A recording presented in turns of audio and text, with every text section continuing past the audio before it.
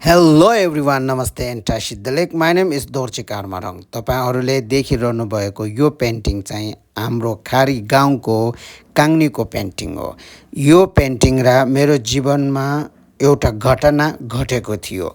जुन बेला यो पेन्टिङ लेख्ने आर्टिस्ट भनौँ या उहाँ आयुर्वेदिक डाक्टर आमजी पनि हुनुहुन्छ। उहाँको नाम चाहिँ लाराङपन ओङजुगला हुनुहुन्छ।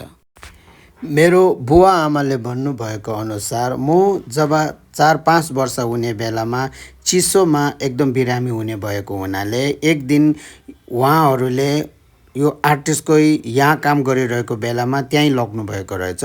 उहाँलाई चाहिँ मलाई जिस्काएर भविष्यमा तिमी पनि म जस्तो पेन्टिङ गर्ने हो भने तिम्रो रोग म निको पार्छु, होइन भने चाहिँ पार्दैन भनेर जिस्काएर भन्नुभएको रहेछ। त्यही बेला मेरो बुवा आमाले पनि साँच्चीकै कसम खान लगाएको रहेछ। अनि म पनि पछि ठुलो भएपछि तपाईँ जस्तै आर्टिस्ट गर्छु भनेर कसम खाएको रहेछ। त्यसपछि उहाँले मलाई औषधि दिए अनुसार मेरो परिवारले त्यही सबै इलाज गरिसकेपछि त्यहाँ दिनदेखि अहिलेसम्म त्यो केस कहिले पनि आएको छैन।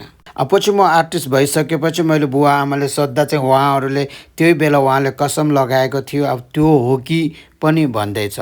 तपाईँहरूलाई यो साँच्ची घटना कस्तो लाग्यो? म आफैले भन्ने चाहिँ धेरै युनिक लाग्यो अनि मैले धेरै न्युज पेपरहरूमा पनि इन्टरभ्यू यही दिएको छु।